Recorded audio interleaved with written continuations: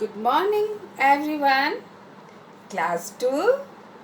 आज हम लोग वचन पढ़ेंगे और ये आपको मिलता है आपके व्याकरण किताब में लेसन 4 में पाठ 4 में, है ना। तो वचन वचन क्या है? वचन का अर्थ है नंबर या फिर संख्या। वचन का अर्थ क्या है? नंबर या संख्या। हम लोग एक से लेकर हजार, लाख, करोड़ों तक के नंबर को जानते हैं। तो वचन हमको उन्हीं नंबरों का, उन्हीं संख्याओं का बोध कराता है। जैसे कि मैंने यहाँ पर चित्र बनाया है, एक गेंद और यहाँ पर 3 गेंद बनाया है। यहाँ पर एक किताब बनाया है और यहाँ पर 2 किताब बनाया है ना। तो इस साइड में एक गेंद है और दूसरे साइड में 3 गेंद है। एक साइड में एक किताब है और दूसरे साइड में 2 किताब है। तो इस तरह से हमको नंबर पता चल रहा है कि कहाँ पर एक गेंद है और एक किताब है और दूसरे साइड में 3 गेंद है और 2 किताब है। तो इस तरह से वचन हमको इन्हीं नंबरों का ज्ञात कराता है, यानी कि मालूम करवाता है, बोध कराता है। तो वचन की परिभाषा हम लिख सकते हैं कि शब्द के जिस रूप से एक या अनेक का बोध हो उसे हम वचन कहते हैं। जिस शब्द से एक या एक से अधिक, ऐसे भी बोल सकते हैं, अनेक के जगह पर एक से अधिक भी बोल सकते हैं, एक से अधिक वस्तु या व्यक्तियों का बोध हो उसे हम वचन कहते हैं। किसी भी चीज को गिनेंगे तो हम किसको गिनेंगे? वस्तुओं को गिनेंगे या फिर व्यक्तियों को गिनेंगे। जो हमारे पास सामान है उनको हम गिनती करेंगे। तो हम परिभाषा में उन शब्दों को डाल सकते हैं, है ना। यानी व्यक्तियों और वस्तुओं की गिनती को वचन कहते हैं। यानी कि तो हम परिभाषा इस तरह से लिख सकते हैं कि जिस शब्द से एक या एक से अधिक व्यक्तियों या वस्तुओं का बोध हो उसे वचन कहते हैं। जिस शब्द से, है ना, जिस शब्द से एक या एक से अधिक व्यक्ति या वस्तुओं का बोध हो उसे हम वचन कहते हैं। जैसे यहाँ पर एक गेंद है तो एक गेंद के लिए हम सिर्फ क्या लिखेंगे? गेंद। उसी प्रकार से एक से अधिक गेंद है यहाँ पर तो उसके लिए हम क्या लिखेंगे? गेंदे। उसी प्रकार से एक किताब तो किताब, एक से अधिक तो क्या लिखेंगे? किताबें। तो इस तरह से वचन के भेद को हम देखेंगे। भाषा के अनुसार वचन के 2 भेद हैं। वचन के 2 भेद हैं। पहला है एक वचन और दूसरा है बहुवचन। पहला है एक वचन, दूसरा है बहुवचन। एक वचन में सिर्फ एक वस्तु या एक व्यक्ति का बोध होता है, सिर्फ एक। यानी कि जिस शब्द से एक व्यक्ति या एक वस्तु का बोध हो उसे हम एक वचन कहते हैं। जैसे कि गेंद मैंने बताया और एक के लिए किताब। दूसरा है बहुवचन। बहुवचन मतलब एक से अधिक, है ना। तो जिस शब्द से एक से अधिक वस्तुओं या व्यक्तियों का बोध हो उसे हम कहेंगे बहुवचन। एक से अधिक व्यक्तियों या वस्तुओं का बोध हो उसे हम कहेंगे बहुवचन, जैसे मैंने आपको उदाहरण बताया है। यहाँ पर एक से अधिक गेंद है ना, 3 गेंद है, तो क्या होगा उसका उदाहरण गेंदे। और उसी प्रकार किताब भी यहाँ पर एक से ज्यादा है यानी कि 2 है, तो क्या हो गया इसके लिए किताबें। यदि व्यक्ति आ गया तो यदि लड़का है तो इधर हो जाएगा बहुवचन में लड़के।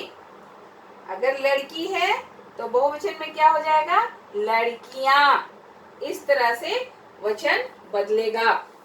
एक वचन को हम बहुवचन में बदल सकते हैं।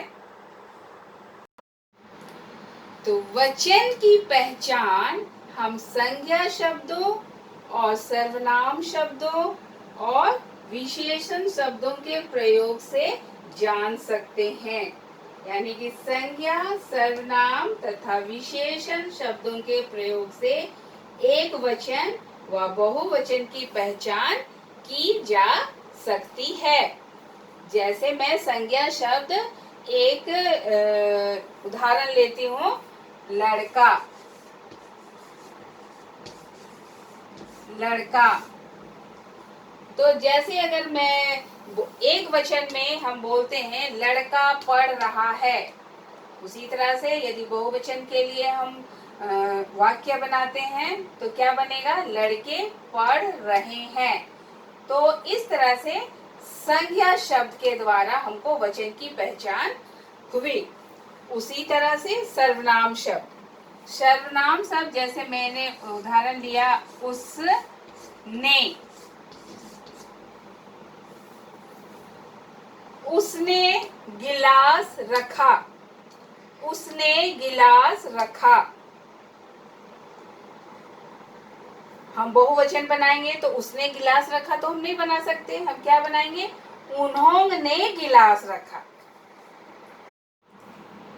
इस तरह से उसने सर्वनाम शब्द एक वचन को बतला रहा है और उन्होंने बहुवचन को बतला रहा है। हम देखेंगे विशेषण। विशेषण शब्द भी वचन की पहचान कराते हैं। जैसे कि मैंने एक शब्द लिया है पीला शब्द। पीला रंग का नाम है ना, जो कि किसी की विशेषता, किसी भी चीज की विशेषता बतला रहा है।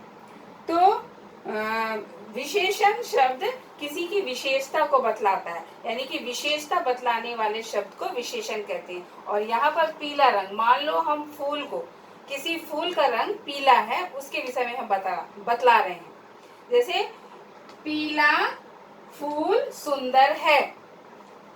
पीला फूल सुंदर है। तो पीला विशेषण शब्द का बहुवचन रूप होगा पीले। जैसे मैंने आपको बताया था पीला फूल सुंदर है, तो उसका बहुवचन क्या हो गया पीले फूल सुंदर हैं। तो इस तरह से हम लोगों ने देखा कि शब्द से उसके एक या अनेक होने के बोध को वचन कहते हैं। और दूसरा, हिंदी में वचन के 2 भेद होते हैं, एक वचन और बहुवचन। और तीसरा, संज्ञा, सर्वनाम और विशेषण शब्द के वाक्य में प्रयोग से वचन की पहचान हो सकती है। तो पाठ के आधार पर पहला सवाल आपका है, वचन किसे कहते हैं? वचन किसे कहते हैं? जिस शब्द से एक या एक से अधिक नंबर या संख्या का बोध हो उसे वचन कहते हैं। ये हुआ पहला सवाल और उसका उत्तर। दूसरा सवाल, वचन के कितने भेद हैं, नाम बताओ। वचन के 2 भेद हैं। पहला है एक वचन, दूसरा है बहुवचन। हो गया। तीसरा सवाल है, एक वचन किसे कहते हैं?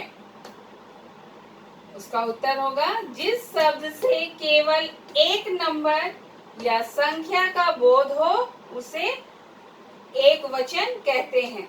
जैसे एक फूल है, फूल। एक पेड़ है, पेड़।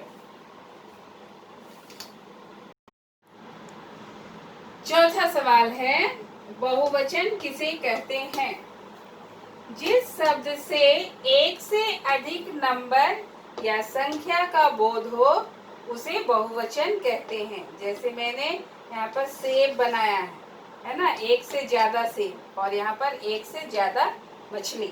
तो क्या हो गया? सेब के लिए सेबें और मछलियाँ। मछली के लिए बहुवचन रूप हो गया मछलियाँ।